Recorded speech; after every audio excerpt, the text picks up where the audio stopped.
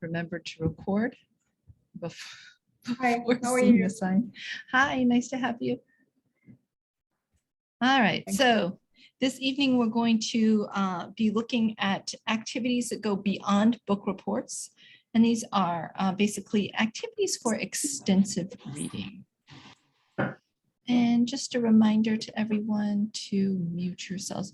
I guess I could set it so that you're automatically muted when you come in. Maybe I'll do that next time. All right, so reminder that this is recorded and the recording will be available to you afterwards. So we'll start out tonight with a bit of introduction about extensive reading and book reports, kind of an overview. And then we'll look at two different activities. One is called Interview a Character. The other is a character mashup. And finally, we'll finish off with some kind of tips. I'll share some sources and resources. And of course, if you have any questions. But of course, you can always ask questions. So if at any time you have a question, you can just raise your hand or you can put it into the chat. That is always available to us.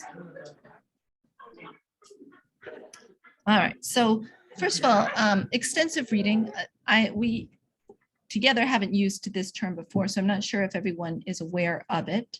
What is extensive reading? Basically, extensive reading is reading for pleasure. It's usually done at home. And some of you might be thinking, well, that's nice, but as teachers, why would we care about that? That's something for students to do in their free time.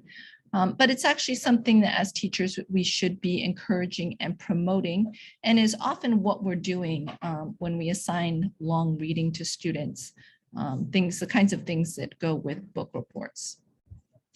And the reason that we are encouraging this kind of reading for pleasure, although I think it is more than that, is that it has many benefits. So studies have shown that extensive reading increases reading skills and improves them. It also increases writing skills as students kind of, notice these grammar forms and styles. It's a huge boost for vocabulary. Readers tend to have greater vocabulary than non-readers. There's also a lot of general knowledge to be learned from reading, which is why literature is often taught in schools. We can learn about other cultures. We can learn about other humans. Studies have shown actually that those who read fiction tend to be more empathetic because they're more open to other people's perspectives and able to analyze how it might feel to be them in those shoes. And something that I think a lot of people find very surprising is that reading for pleasure also benefits speaking skills. A lot of people don't see a connection between that. But reading does benefit all of these things. Specifically, according to Paul Nation, who actually I cited, I think a week ago when we were looking at vocabulary, did a study and found that reading outside the class or reading for pleasure was the most significant predictor of oral communicative ability. So students who read outside the class, who made reading a habit, actually had the best communicative ability. And so there was a correlation between these two things. Another well-known person in the field of English language teaching, Stephen Krashen, is very interested in communicative learning and also in, what do you call it? Making sure that students get a lot of language input. That was what I was looking for, input. And he was part of a study. I saw him talk about this at a conference in which students were taking, I can't remember if it was the IELTS or the TOEFL. They had one group studying the test, one group taking English classes, and one group who was just encouraged to read for pleasure. And the group that did the best was the group that read. We don't know exactly why this is. We're still learning a lot about the brain, but it's suspected that a lot of this is that when we're reading for pleasure, or also when we're doing something pleasurable like watching a movie or listening to music, we are learning unconsciously. when we're learning unconsciously, our brain is relaxed and open, and this information is going in. Without us even paying attention, the brain is noticing vocabulary, it's noticing grammar patterns, it's noticing style and structure, and just kind of taking all of that in a very natural way. This is something that doesn't happen when we're trying to study and learn something.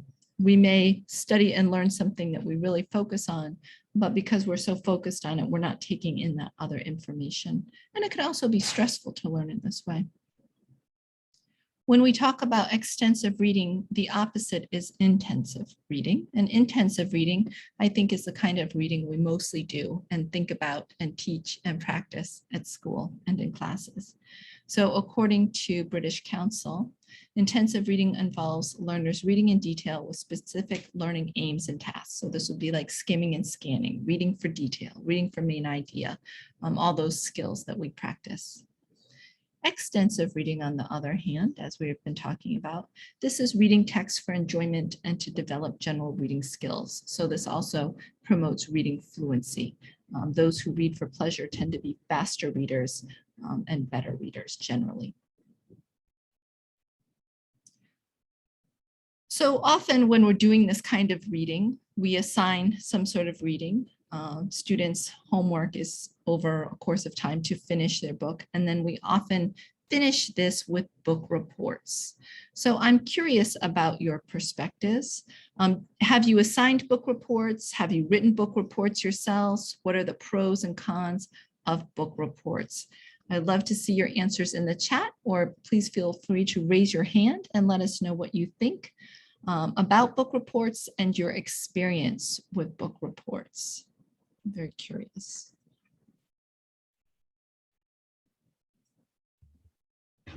Go ahead, Odelia. Okay, so we have competitions or specific classes, usually maybe grade 7 and 8, because you can't have across the school. And then we have a template, which will actually make sure that it covers what the student is expected to have read. And it actually works very well. We found that winners of reading competitions are girls more often than boys. And then we give an occasion for presentation of gifts and all that, or other books, just to encourage them to read more. But, you know, the more the student reads, the more the more they will win. So a student can even read 8 books at a time, or 9 or 10, because they're given like 1 month to read everything. And then, you know, the templates or the report, the cards that question what they've covered is collected. Yeah, so that's what that. That's interesting. So for this competition, to win the competition, is it to read the most books, or is it to write the best reports? To read the most books, actually. Yeah. When I was a student, I loved those kinds of competitions because I Yeah. could win them. Yeah. So there's really a lot of reading that goes on, but girls are really good at reading more than boys. A few boys come out very well, and they will be picking these books from the library, actually. I don't know whether we can allow other books outside the library, but usually it is from within the library. Okay, and you have enough choice there. Okay. Yeah, there is a variety. Very nice. That's a great idea. Excellent. Austin says, Austin, you've done book reviews for commercial purposes. So that's actually a very interesting format. We often think of book reports as just kind of a way to check reading, but in fact, in real life, people do write book reports, which are book reviews, and they are commercial purposes. Austin, did you enjoy writing these book reviews or this book review?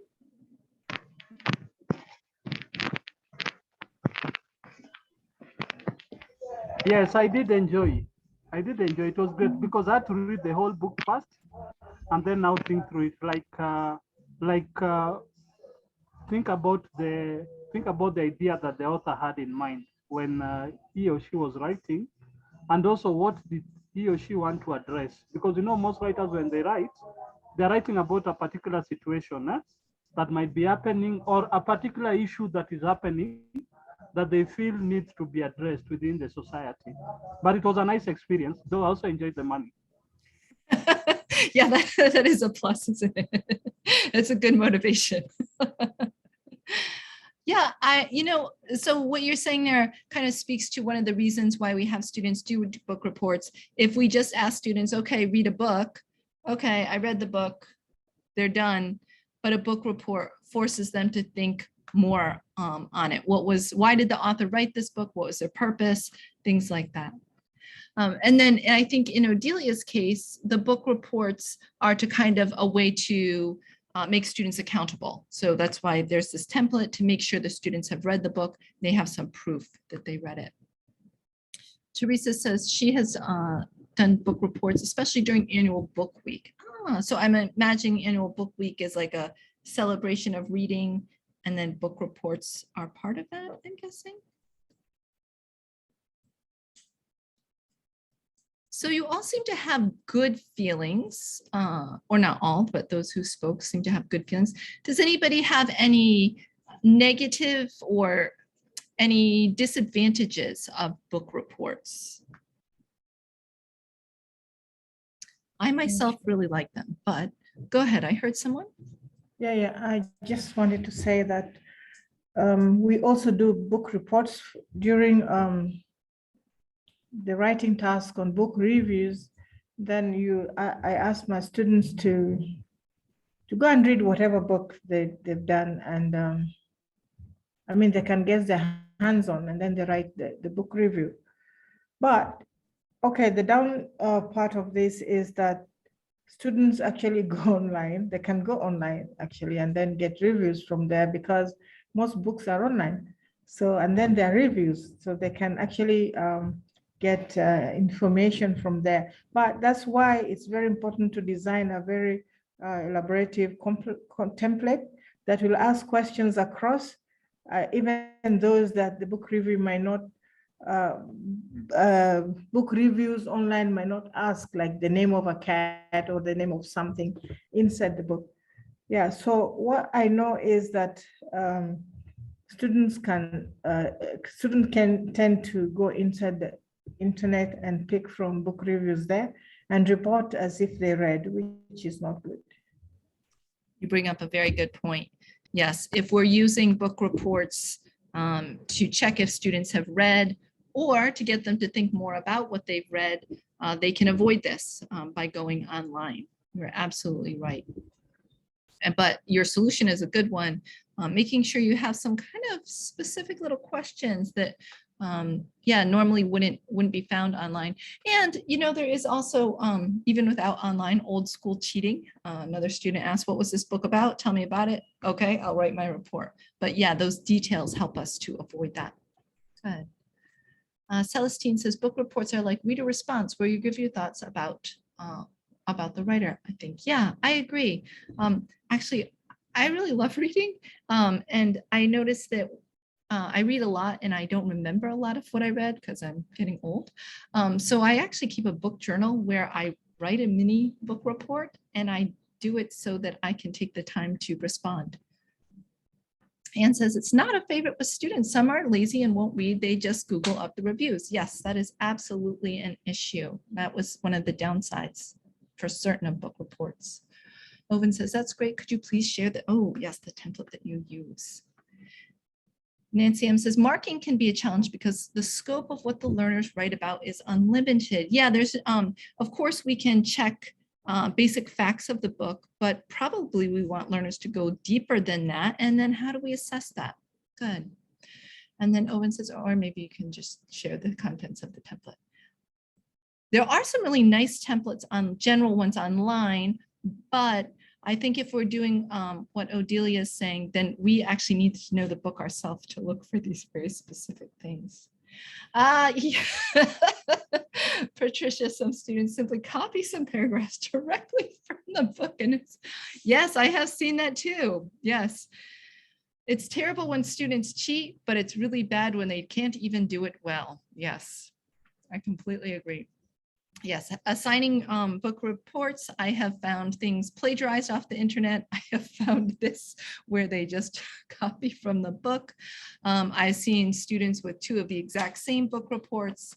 Yeah, when students are lazy, book reports are very easy to cheat at. These are definitely some of the cons.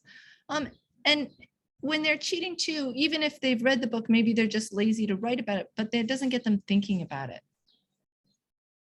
Use a bookmark to remind the learner of the last chapter they read. Oh, do you mean a physical bookmark, Caroline, or something else? I'm intrigued by this idea.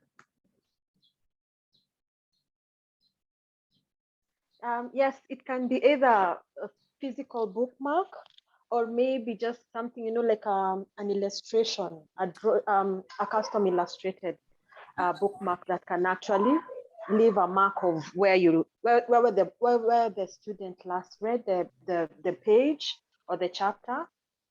Yes, that's what I was thinking.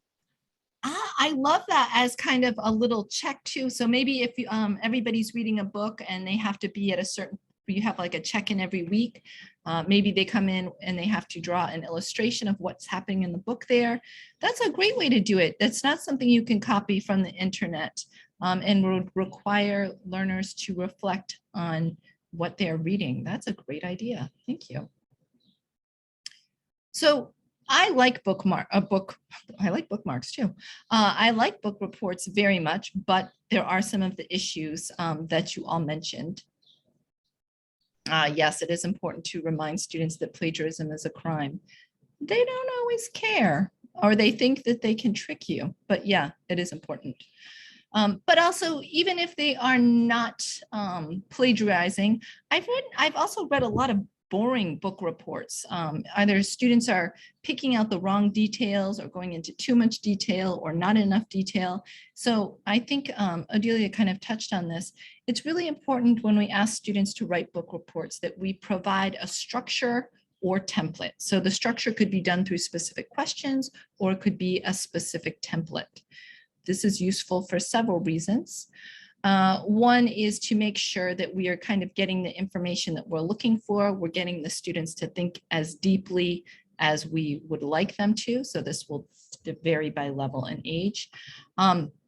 It also helps prevent cheating, because if students have to follow this certain template, they're not going to find something online that quite follows this. So even if they do still cheat, they have to work to cheat. And so this is something important. It's also very important that we encourage students to connect with the material. A book report shouldn't just tell us the facts of the book. It should get students to connect with it in some way. For one thing, it gets students to think more deeply about the reading, but also this is something that helps prevent cheating as well, because it's something personalized. We'll talk more about how we can get students to connect with reading. And the other thing that helps to motivate students, and I think Caroline's suggestion goes well with this, we also in these book reports want to offer opportunities for creativity. Reading boosts creativity, and people who like to read tend to be more creative. I'm not sure it's because they're creative they like to read, or reading makes them creative, but we often see creativity and reading go together. And so it's a shame if we have students read something, their creativity is boosted, and then we have them do something very uncreative and very limiting. Go ahead, Josiah. Yeah, so I think to avoid the problem of students repeating what others have written, the teacher needs to have read the book, every book you give the students to write a report on. So you make sure you go through the book, so that now if somebody has not read, you can even listen to them. You can ask them questions to follow up what they have written about. Yeah, I think that's a good idea. I think you're right. The teacher has to have read it too, if we're all reading the same book.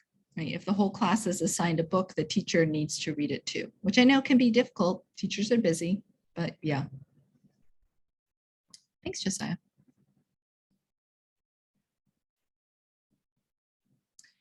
Here would be an example of a template that I like. I like this template because it's kind of fun looking to fill out instead of just giving a piece of paper to a student and saying, write a book report. The template is kind of fun to fill out. It has different areas to think about.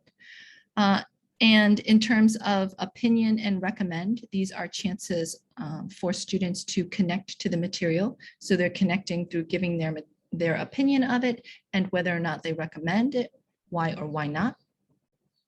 No problem, Lydia, glad to have you here. And also something like this offers a little bit more room for creativity. I've also seen templates like this where students should draw. There's a box maybe to draw the characters or draw a scene from the book, something like this. So this kind of template is probably something you would use for younger or lower level learners, but I would actually use this even for older or higher level learners. I wouldn't have them fill this out in detail. I would have them fill it out with just some notes, or maybe they would talk with a partner and fill it out for a partner. And then they would use this as kind of an outline to write a more formal book report. But it would offer a little bit more connection and offer some structure. When we're talking about connecting readers or students to their reading, making a meaningful connection, we have these different ways we can do it. So one of them is called text to self. This is when we try to get the learners to make a connection between the text, the book, and themselves. And we can do this through different kinds of questions, like what does this story remind you of? Can you relate to the characters in the story? Do they remind you of people you know? Are you similar to any of the characters in the story? Does anything in the story remind you of anything in your own life? So these are the kinds of questions that get learners thinking about themselves and how they relate to this book. We can go a step further and we can do text to text. Text to text is where we try to get students or readers to make a connection between two different books. So what does this remind you of in another book you have read? Or how is this text different from other things you have read? And so this would be a higher level kind of critical thinking, especially if we're going in a more literary direction. This would be really helpful. And then we have text to world. This is where we're trying to make a connection between the text and the greater world. So we might ask something like, what does this remind you of in the real world? How are the events in this story different from things that happen in the real world? So these kinds of questions get students to think deeper, more critically about what they are reading. And these kinds of questions can be helpful too. Sometimes when you ask students to, well, you know, what did you think? Can you go deeper? I don't know. These kinds of questions can help structure that. All right, so book reports are a great way to check if students have read and make sure that they are accountable for their reading. And if done right, they can also encourage students or readers to think more deeply about what they read. But they're not the only way. I've taught a lot of reading classes, and these two activities I'm going to talk about today kind of came out of my own boredom with book reports, even though I was trying all these different ways to promote creativity in book reports, reduce cheating. Most people were on board, but I was still having some issues. And so I decided to do some other things. So this first activity is called Interview a Character. So I'll describe the setup for this activity, what you have to do before the class. And then you conduct the activity, and if you choose to assess it, some ideas for assessment, and then we'll try this activity. So before class, I should also mention that this activity is suitable for a class where students are reading different books. I've taught a lot of classes where there was a selection. I think this would be kind of like with Odelia's. Students can go to the library and choose different books. Or I've had other classes where I have like 5 books available and students can choose one of those. So some students are reading the same book, some students are reading different books. It is possible to do this activity if everyone's reading the same book, if there are a number of characters in the book, and then you would assign characters to different students. It doesn't mean that every student needs their own character. So if you have 30 students in a class, but the book has 5 main characters, maybe every 6 students get assigned to a character. All right, so before class, students choose a character from their book. So it might be the main character, or there might be another character in the book that they think is interesting, and they will prepare a very short 1-minute introduction because not everyone in the class has read this book, so they just need to kind of introduce who their character is. Then when they get to class, students will brainstorm general and specific interview questions. So general questions, anybody can ask another person, where are you from? What do you like to eat? Are you married? If students know more about the story, then they can brainstorm some very specific questions. So if we're talking about, I don't know, the book, it's a famous book. I can't think of any books right now.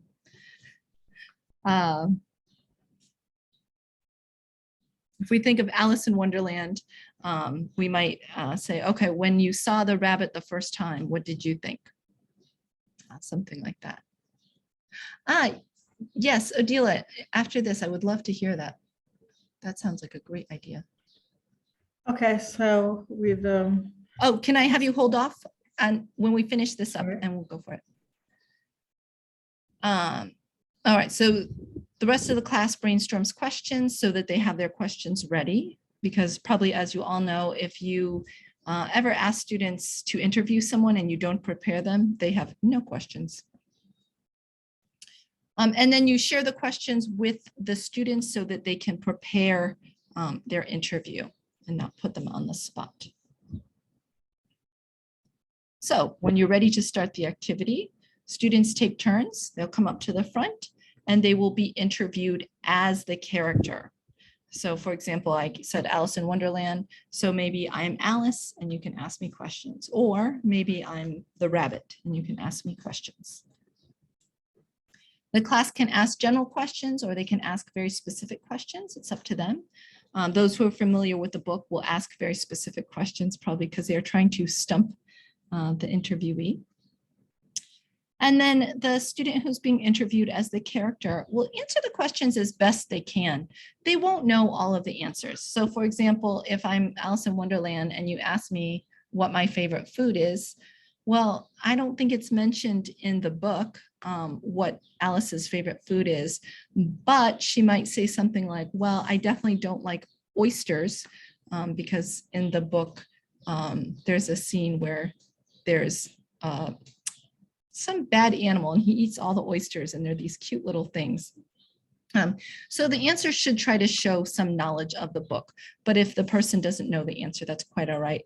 But it should show that they are aware of what the character might think. If you decide to assess this, some suggestions would be assessing, did the student read the book? Is there enough evidence in these answers that shows that the student is knowledgeable about their book? And even if they can't answer all the questions, they can do their best. Or when you ask the student questions, they really are just making up answers that show that they didn't read the book. You can also assess the participation of the questioners, letting students know that they'll get points for asking questions. And then if you're also working on a certain language target in the class, you can let students know that you'll be assessing that as well. So for example, maybe you've been working on present perfect in the class, and so you let students know that they should definitely use that. Or maybe there's some vocabulary from the book that they should try to use. All right, so we're going to try this activity. I am going to be Long John Silver from the book Treasure Island. Just to let you know, I am a captain of I was a captain of a ship. Right now, I am not quite the captain. I'm on a ship, but nobody really knows who I am. But actually, I'm a very famous and accomplished captain. However, I only have one leg because I lost one of my legs in war. And this is my bird here. His name is Captain Flint. He's always with me. He's very old. So normally I would have given you all a chance to brainstorm some questions, but for time I didn't. However, would anyone like to ask me, Captain Flint, any questions about my adventures or my life? I don't know if anybody has read my book, Treasure Island, that I'm in. Matey. It's a very good book.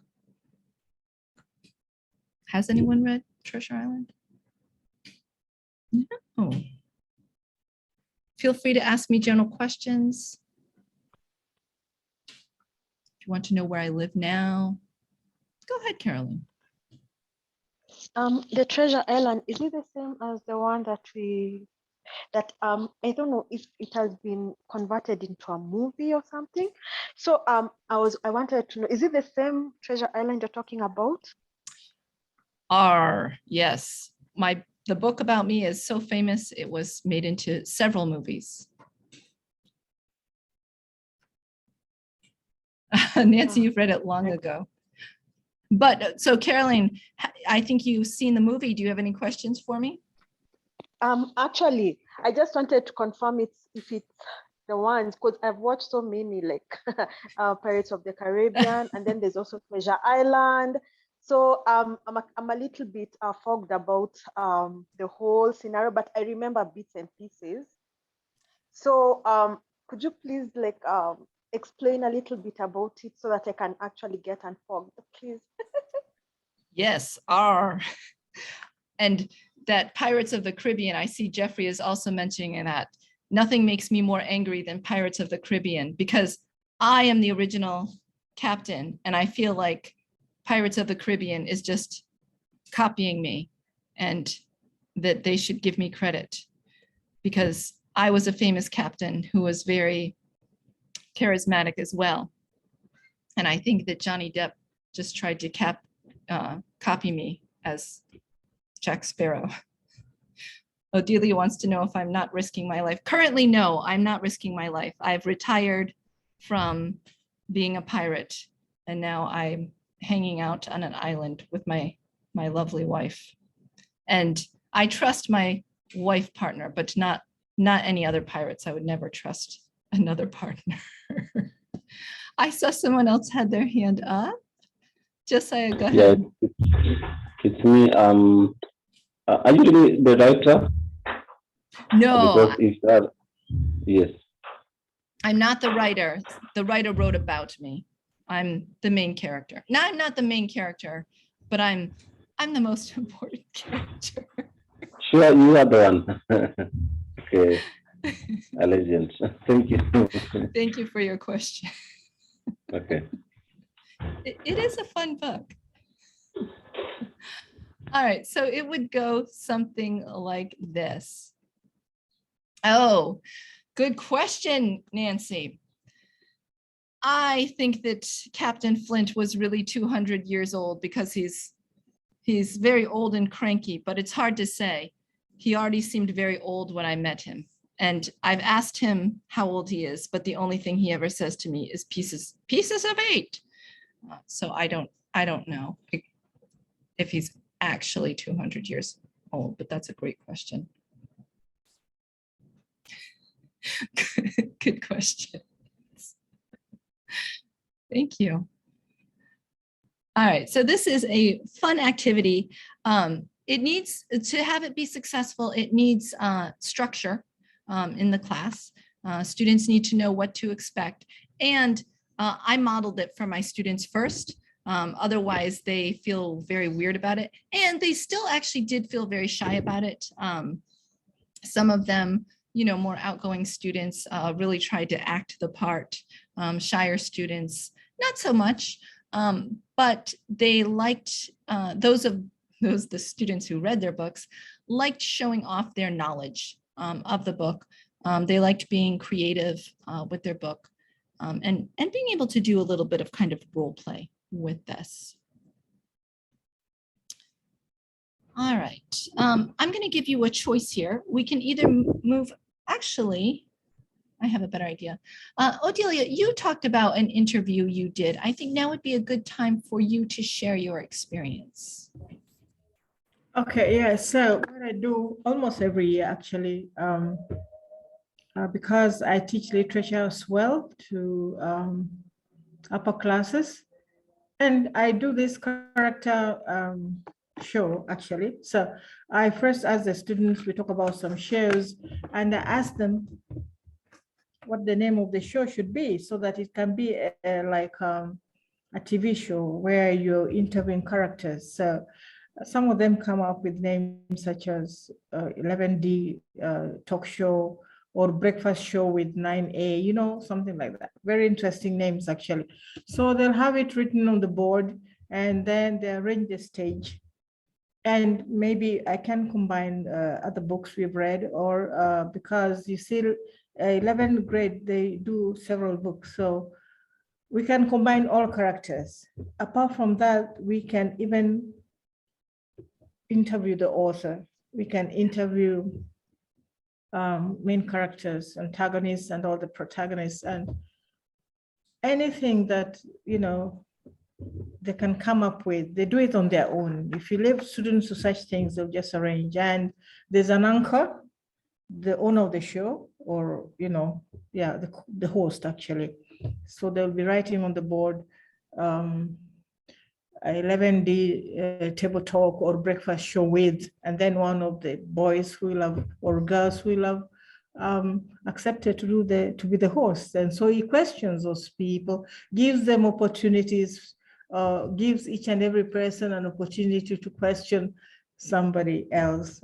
So there'll be visitors, and it goes very well, and they love it actually, because it brings out the feelings, opinions, and it helps them actually to analyze characters, and it expands the analysis because some other things come up that they did not think. So even if something is implied that there was war and this is what happened, and they're talking about a situation where there's war, then we bring in the army commander why you're at war, or if there's something about a school or that there's lack of school opportunities, we bring in education officers and such like things. So yeah, I love doing this character interviews, and it works very well and brings out a lot of shining stars, even from introverts. That's what I wanted to share. Wow, thank you for sharing that. I love that idea. And I really love what you said about how when you give students a chance to be creative, they really go for it. Even students that sometimes we think of as lazy or they don't do their work, it's often the case that when we give them something like this, they really embrace it and they really show their skills. I think it's also important what you said, that an activity like this isn't just for laughing and for fun. It actually promotes character analysis, right? So this would be very appropriate for a literature class. Because in order to be interviewed as that character, we need to analyze and draw inferences and things like that. I like your idea too of including the author. I think that's a great idea. If you have students who you think might not be so excited to act out something like this, you could also do this as a written exercise. So students create their questions, the teacher collects them, then passes out the questions, and students could just write them up. Yeah, first, actually, what I did last, maybe some could be impromptu, but the last one I did, I told them to arrange themselves and organize themselves into who will ask what. So this was predetermined, and they came up with more organized questions than when they're just supposed to think on the top of their heads, you know. So yeah, this could be also written down. I mean, write questions, everybody 5 questions that you'd ask so-and-so, or 3 questions. Yeah, that could be a writing exercise as well. Yeah, I think so. And the answering as well. Great. I love your creativity. Thank you for sharing that with us. All right. Shukran. So the next activity I'm going to talk about today is called a character mashup. So again, this requires 2 different books. So this could be done in several ways. Again, if you have a class who's all reading different things, you just need to make sure you're pairing up students with different books. if students are all reading the same book, that's fine. You could use a book that you just read and a book that you read like last month or something like that. I assume they read more than one book. So it just requires 2 books. So what happens here would be something like Jane Eyre meets Dracula.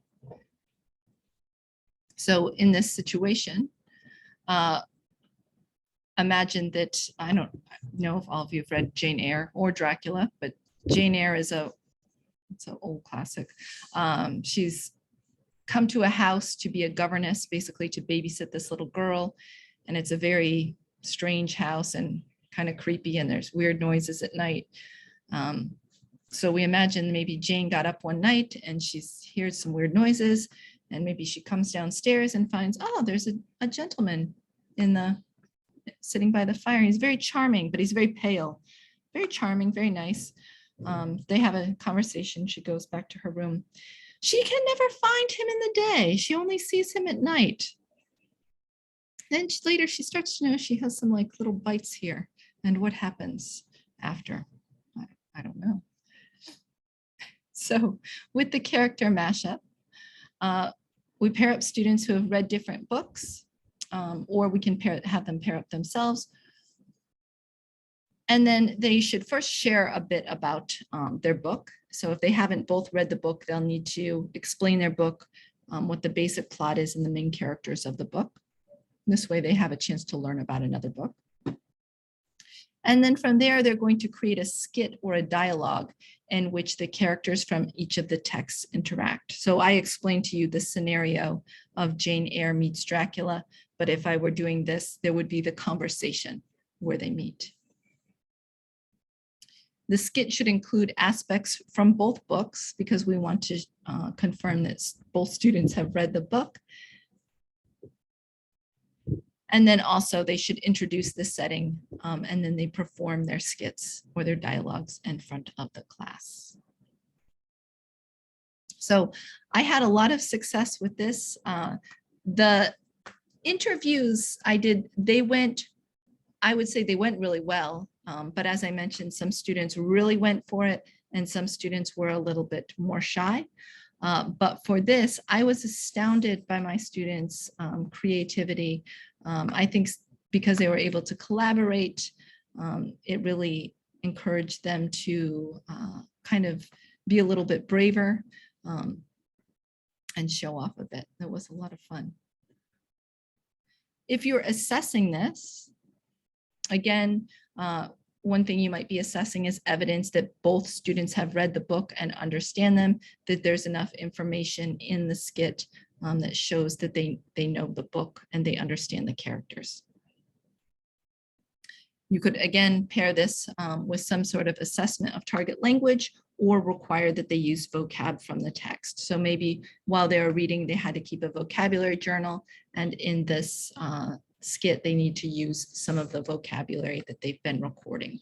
Or again, maybe you've been working on some grammar, and so they need to make sure to use some examples of that in their dialogue. These are just some ideas. These are not things that you have to assess, but if you are looking to use this as an assessment opportunity. All right, so we are going to try this. Actually, you are going to try this. So we have so-and-so meets so-and-so. I'm going to put you in breakout rooms. I'm going to put you in kind of small-ish groups. Ideally, you would be one-on-one, but there are too many issues with that. So I'm going to put you in small groups. You're going to think of 2 books that you know and enjoyed well. I only wrote 1 book, but you should think of 2 books that you know and enjoyed. Or it can be one person knows 1 book and another person knows another book. You don't need to all know the same books. Briefly share your book if not everyone knows it. And then together you're going to choose a scenario in which the 2 characters meet. So in my example, Jane Eyre was in the house that she works at. She heard some noise downstairs. She went, and there was Count Dracula sitting in the living room. And then they began talking. How will the characters get along? Will they like each other? Will they have conflict? what will happen next. I'm not going to have you write a dialogue, but just imagine kind of the setup for the dialogue, what's going to happen. Are there any questions about what you will do in your breakout room? Go ahead, Josiah. The question is, are we going to, okay, two characters, one character from a different book and another from another book? Yes. Then, okay, at the end, maybe they meet. They will meet in the beginning. So first, Or the beginning. yeah, if not everyone in your group knows the character that you want to talk about, then you'll need to explain a little bit. And then hopefully Okay. another member of your group will have another character. Okay. And then so you'll decide, okay, how are these two characters going to meet? And when they meet, what happens? And you don't have to Okay, go fine. into a lot of detail, just kind of setting it up. Yeah. Good question. Thank you. Thank you. Other questions? Okay, I'm going to go ahead and set up these breakout rooms. Of course, once you get into your breakout room, if you have questions, you can always ask me. Hit the button that says help and I'll come help you. Right now it has 4 participants per room, so probably you'll have 3 or 4 depending on if everybody joins. And I will make this slide visible to you as well. Go ahead, Caroline. I would like to get a clarification on the fourth Yeah. point. How will the characters get along and what will they do next? Please, I don't understand that point. Good question. So when the two characters meet, are they interested in each other? Are they curious? Do they not like each other? What's kind of their initial reaction when they meet? And then do you think that they will continue talking? Will they be friends? Will there be a problem? So just kind of being creative, guessing what will happen next, since we're not going to write an actual dialogue. Does that help? Yes, thanks. Okay. Okay. Good questions. Thank you both for asking clarifying questions. That really helps a lot. Okay, the rooms are open. I'm going to, in 5 minutes, I'll just check in some of the rooms and see if you need more time and we'll go from there.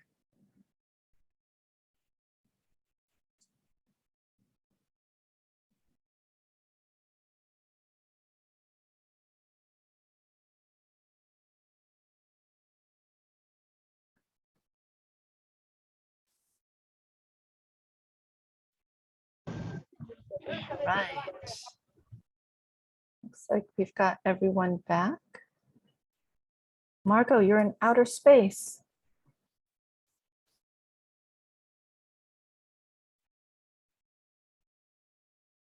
I hope that was enough time for everyone.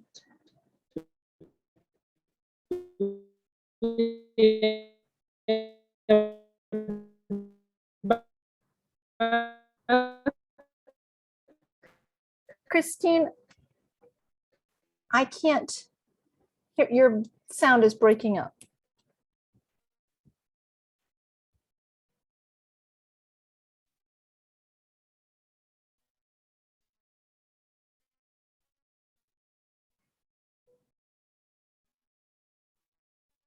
I see that your mic is on and that you are talking, but we can't hear you. So not every group has to share, but I would love it. Yes, I think there was enough time for it. Oh, I just heard, was that you, Christine? That was very clear. Okay, you were saying it's enough time. Gotcha. Group 1 is ready. I see group 1 is ready. Group 1, who will start? Who will speak for group 1? Margot, and then I will add in some more Okay. information. Okay, sounds great. Go ahead.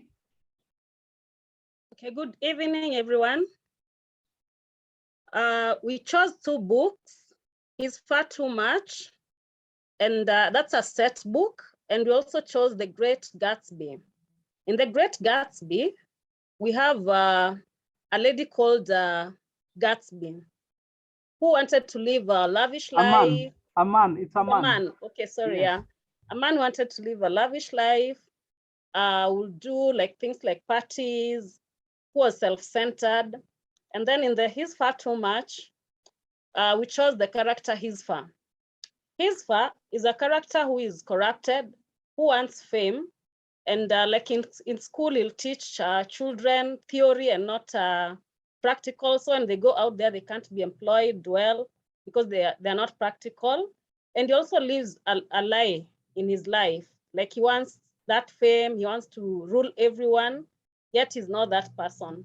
So we said if the two meet, they like each other because both of them are self-centered. Yeah, maybe Austin, you can add more. Yeah, yes, thank you, Mark. I just wanted to say that looking at the Great Gatsby, we see that Gatsby was a nobody. He was rich, but you know, if you don't come from a rich family, then you are a nobody. Because the first thing that happens is somebody asks you, who is your family? You know, so are you from a big family? That's how you can be identified. And I just wanted to say that these people, because you know the way they are living lives and all that, and they both have that sense of self-entitlement, they might find themselves actually going along well with each other because they are both living a lie. Thank you. That's very insightful. Some good character analysis. Awesome. Thank you. That was great. Very, very clever. Thank you. I see that room 4 is ready. Go ahead, room 4. Well, I was in group 4, Josiah. Frida, Adigi, and then yeah. So we discussed about 2 characters. One book called the Gated Island, no, Gated House. So the character here, the main character is John. John fell in love with a girl, rather lady, who came from a rich family, and later they married. John was a lawyer. Then the lady, we forgot the character, so the name we gave her Naomi. Naomi was rich, was from a rich family. Later, Naomi betrayed John. She fell in love, or rather, she was involved with love affair with another drug dealer. So this made John very bitter to an extent that towards the end, Naomi kills the other lover. This makes John run away from Florida to London. So John in London, he decides to go around the world. So later he comes back 10 years later. I mean, she comes back 10 years. Then the other character was Aria from other book. The girl was kidnapped by unknown people. Later, she is told by the people, the people behind that kidnapping. So the 2 characters meet and they're having a discussion. So one is bitter because of the breaking of the relationship. The other is bitter because of the kidnapping. So these 2 people are going to fall in love. They're having a dialogue about their past. So it was easy for them to embrace each other because one is, both of them are looking for revenge. And maybe they're discussing of a way of either revenging, continuing the revenge, or forgiving the past. So that's our characters. Thank you. Thank you. I like that. Also good analysis. And yeah, these people both came from terrible situations. They can kind of commiserate with each other. Very good. Thank you. Welcome. Group 7, you are ready. Let's hear from you.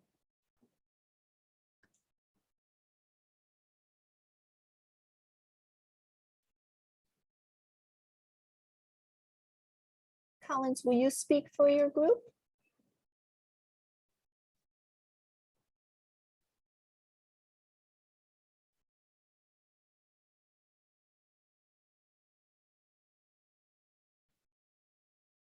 Or someone else from group 7?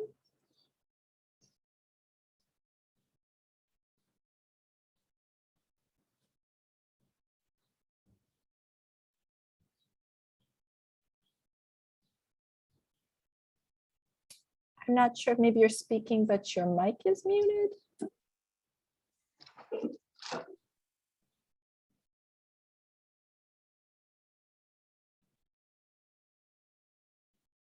Anyone from group 7? Go ahead. Oven, are you in group 7? No, I was not in group 7. I was in group 5. Would you like to speak for group 5? Yes, I can speak for Okay. group 5. Thank you. For us, we chose 2 obvious books, the set books that we teach. That is Blossoms of the Savannah and A Doll's House. And in Blossoms of the Savannah, we have a character called Rezian. They have just moved to the village after their father was retrenched. And the father wants to marry her, wants her to get married, wants her to undergo circumcision and get married. And we have the other character, Christine, in A Doll's House. So Christine does not have a job, and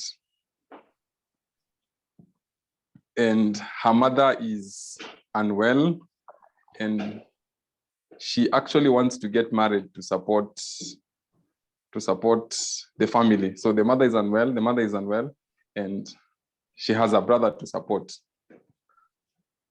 The other character, Rezian, the father wants her to get married to an old rich man, but she wants to go to university. She doesn't want to be mutilated. She doesn't want to get married. Instead, wants to go to the university. So there's a confrontation that happens at the father's shop when she learns that the father has a plan to abduct her and take her to this rich man. The father has actually received dowry from the rich man. And then after that confrontation, the father slaps her and she runs to the river. And that is where they meet. That's where the 2 characters meet. That is where Christine comes and meets Rezian by the river. In fact, Rezian is contemplating suicide. And then she asks, what is wrong? What is the problem? And remember, Christine wants to get married, wants money at whatever cost. He actually wants to get married for money.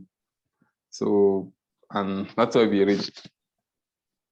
Oh, maybe they can trade places then. Yes, they trade places. Oh, that's very creative. Awesome. Thank you. I've never heard of either of those 2 books, but now I'm very curious about them. Thank you. Yes, actually, credit goes to my team members, Luceno and Christine. Great teamwork. Thanks, guys. Yes. All right, it looks like Celestine, you're going to speak for group 2. Go ahead and unmute. Yes, I'm going to speak about 2 books.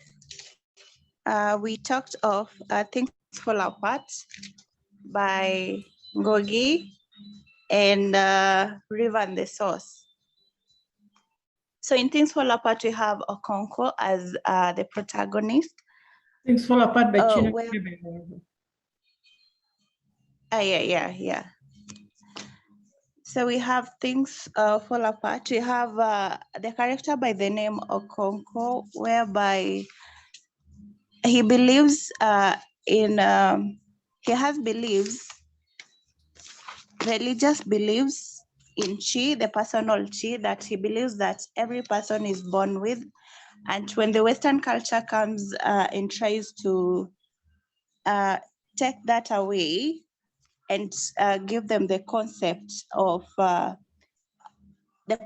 of God, he tries to fight that and believes that there's nothing like that. That is, the white people are not supposed to come and rule us.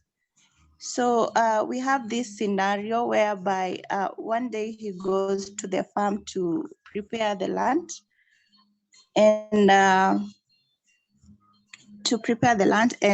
so here is when they meet with Akoko from River and the Source, and we tried to choose a scenario whereby they meet at the farm where Okonkwo was trying to prepare the land for the rainy season, since it was about to begin.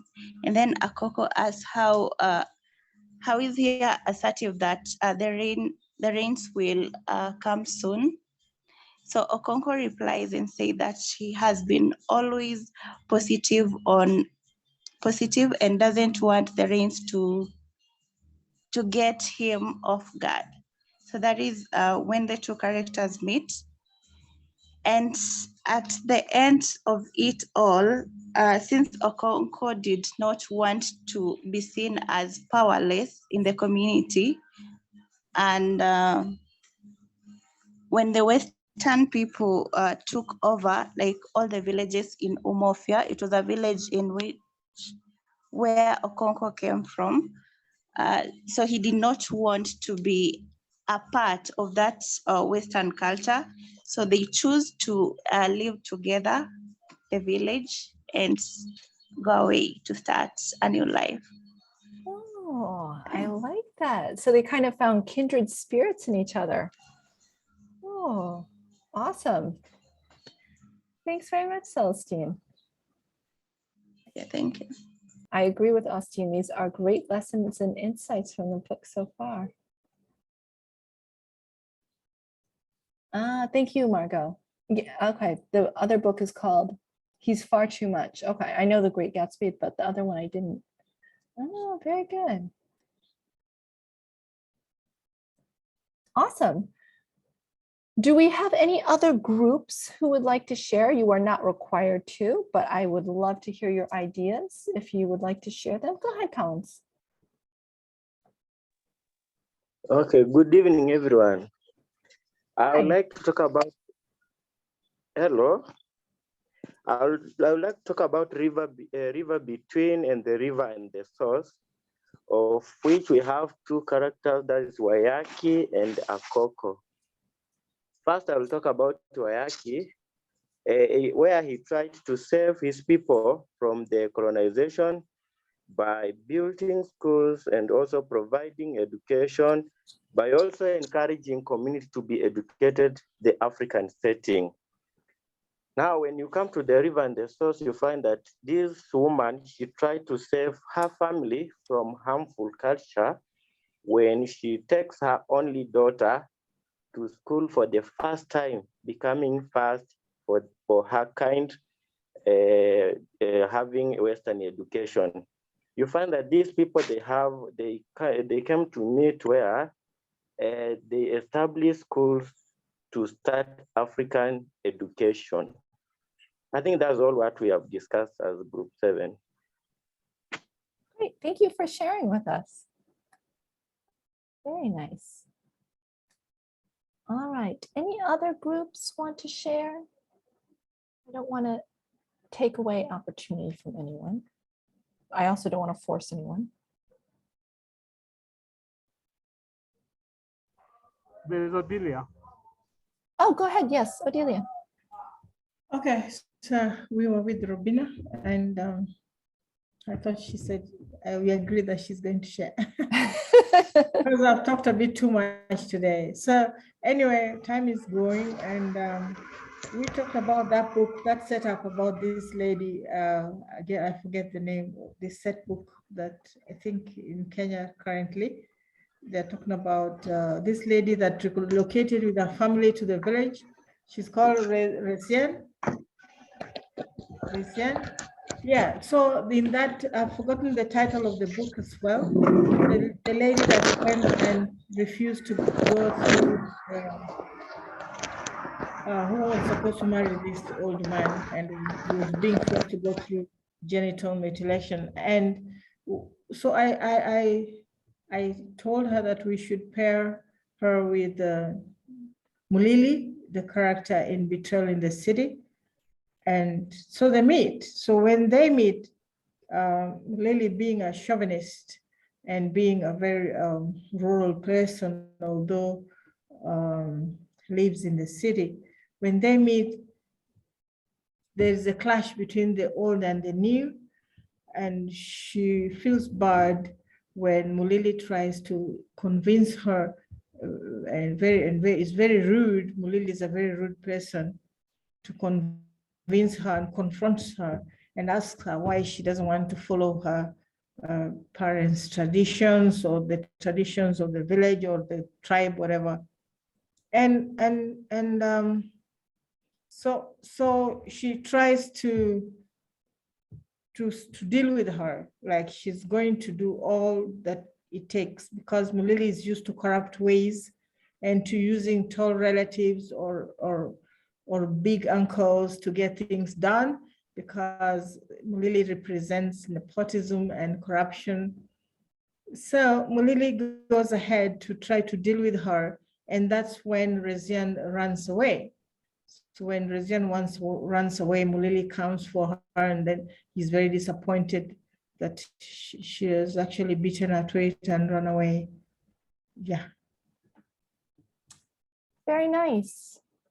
Thank you. It sounds like they have some very different perspectives and maybe something to learn from each other. Yeah, that's what we're saying, that the old meets the new. And there's a clash, actually.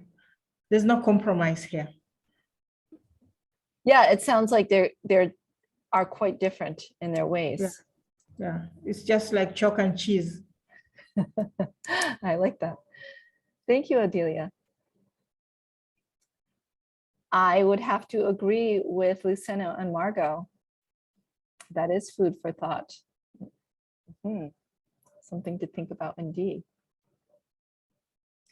These were great. I'm very impressed and also inspired to read some books that I know very little about, but it sounds like I should.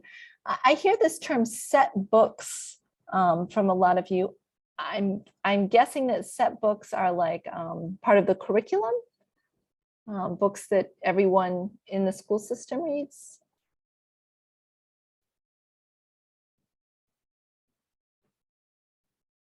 Okay, thank you. So kind of, I guess in the US we'd say, call it assigned reading.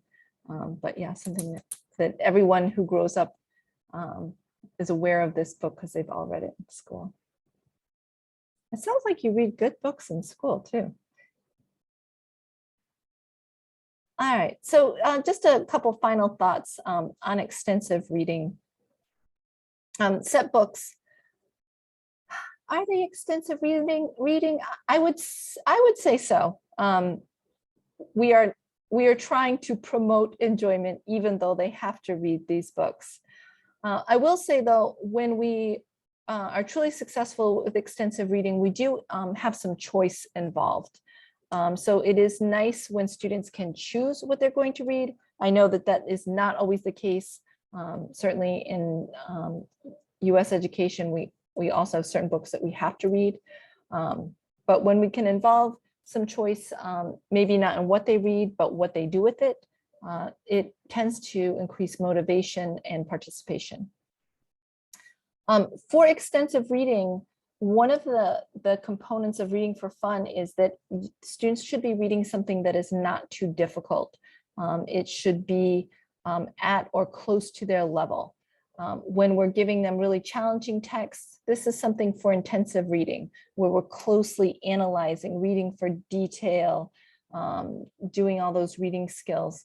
But when we want students to enjoy their reading, we want to make sure that it's not too challenging. Otherwise, they get frustrated and bogged down. And finally, if we want students to read for fun and enjoy reading, it has to be something that's modeled in class too. I know time is short in class, but if we have extra time, having students take out a book and read for 5 minutes, and the teacher also takes out a book and reads along with the students. Often we tell students to read, and then the teacher either gets on the phone or the teacher pulls out some other work because the teachers are so busy and need to use their time. But we need to model it as well. Adelia, go ahead. I see your hand is up.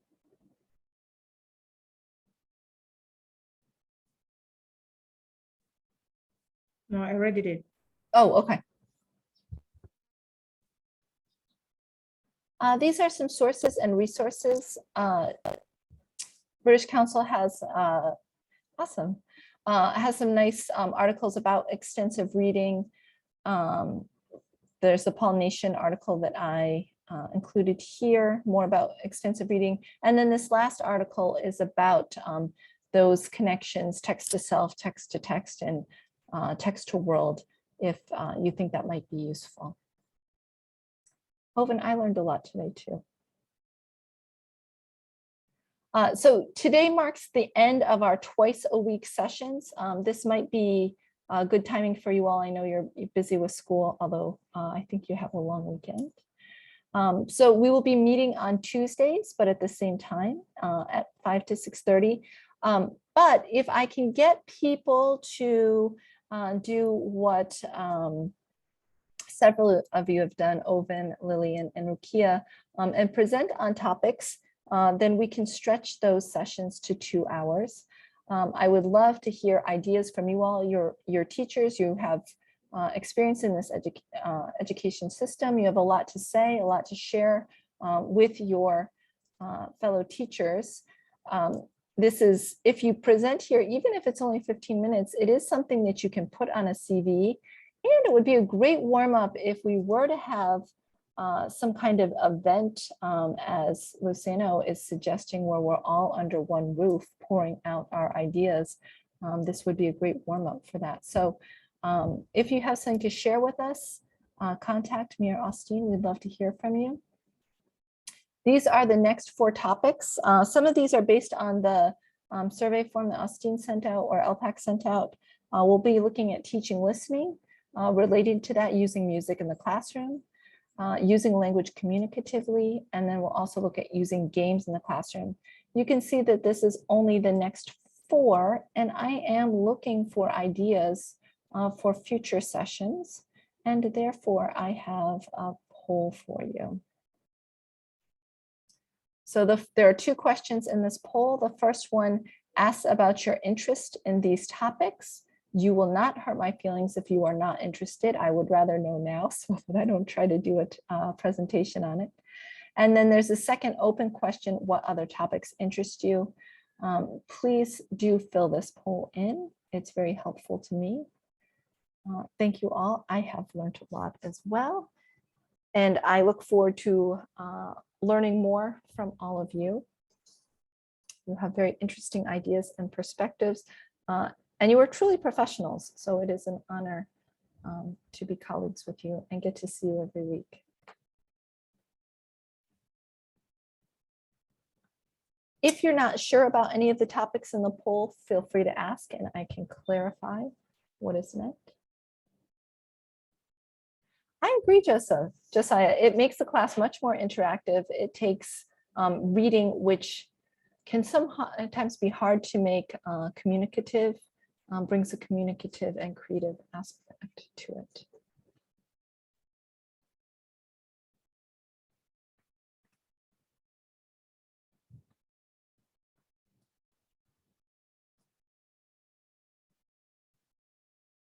Good question, Nancy.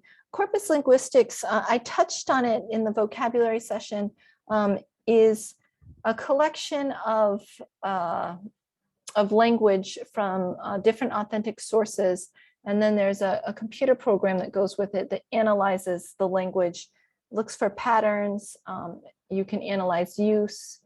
You can use corpus linguistics to kind of analyze how language is really used. You can use it if you want to do research as well. Oh, I like that idea. Yeah, I think any of those 2 activities could be continued and extended with some narrative writing.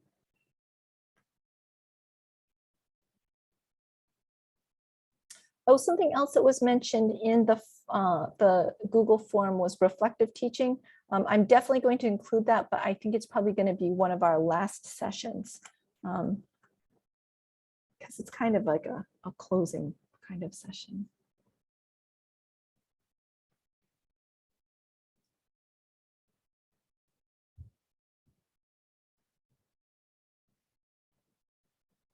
So I'll keep this poll open for about another minute or 2. 6 of you have responded to the poll, but there are 31 of you here.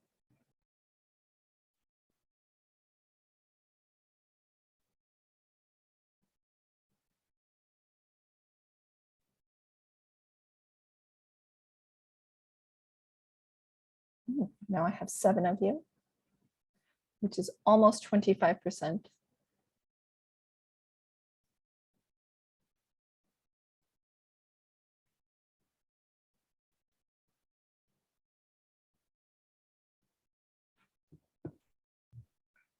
Should it be submitting? Yes, it should. I think if you just, I'm not sure if you just answer the questions, I'm not sure if you need to push a button after or if it automatically uploads your answers. I'm not sure. I've never been on the other end of this, actually. There's an option to submit after you have answered all the questions. Oh, okay, yes. Then please push the submit button after you've answered the questions. Otherwise, I won't see them, the answers. You don't have that option. Maybe. That option at all. Oh, okay. Maybe if you scroll down. You have to answer all of them. You rank them. I've done that. Yeah, the topics of your interest. And the second question too? The second question, you put any other topic that interests you that is not on the list. Thank you for clarifying.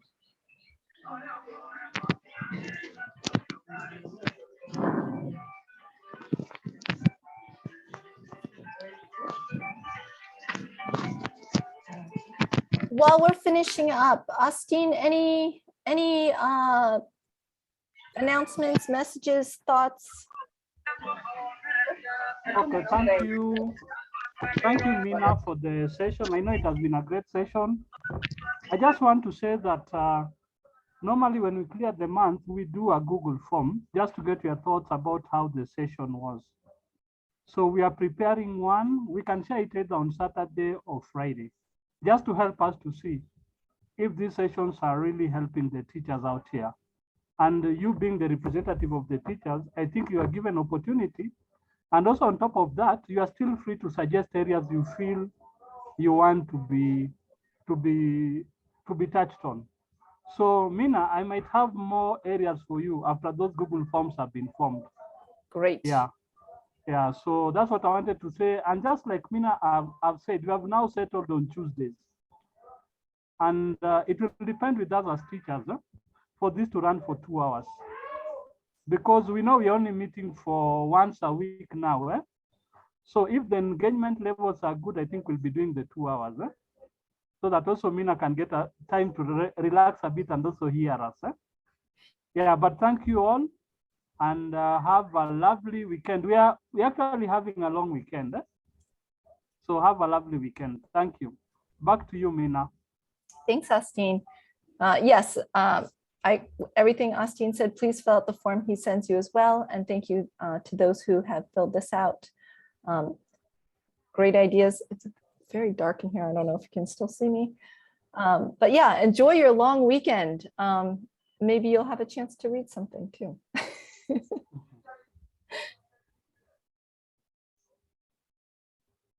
Thanks, everybody. Have a good weekend.